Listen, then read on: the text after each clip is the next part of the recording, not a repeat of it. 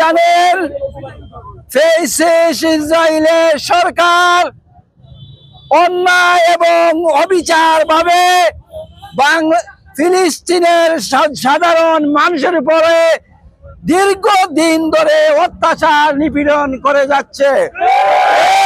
আমরা দেখছি, আমরা বারবার প্রতিবাদ করছি, আমাদের প্রতিবাদের ভাষা শেষ হয়ে যাচ্ছে, আমাদের ধৈর্যের বাঁধ ভেঙে যাচ্ছে।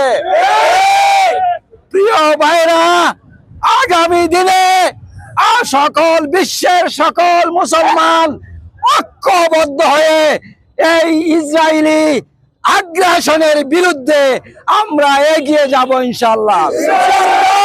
প্রিয় ভাইরা, আজকে এই প্রচন্ড গরমের মধ্যে আপনারা যারা জামায়াতে ইসলামী বাংলাদেশের এই উদ্যোগে অংশগ্রহণ করেছেন, তাদের সবাইকে অভিনন্দন এবং মোবারকবাদ জানিয়ে আগামী দিনের এই ইসরায়েলের বিরুদ্ধে সকল কর্মসূচিতে আপনারা অংশগ্রহণ করবেন এই আহ্বান জানিয়ে আমার কথা শেষ করছি।